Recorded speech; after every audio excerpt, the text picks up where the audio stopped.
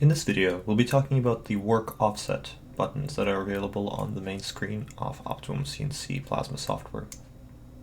These buttons allow the user to tie the current machine position to one of the four corners or to the center of the rectangle that encloses the current control program. So here I have some control program loaded with the Optimum logo, and it is enclosed by this rectangle.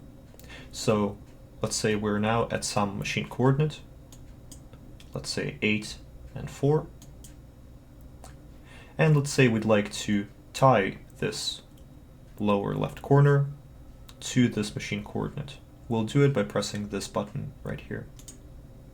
So as you can see, the actual machine coordinates have not changed. However, the work offset is now different, and if we were to press play, the system would begin from this corner and continue moving onward.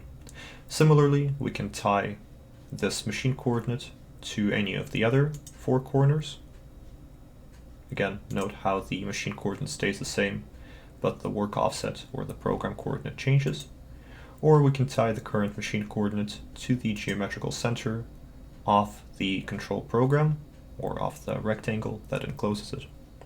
And this allows us to more easily reposition the control program on our working material without actually having to go through things like adjusting the control program itself.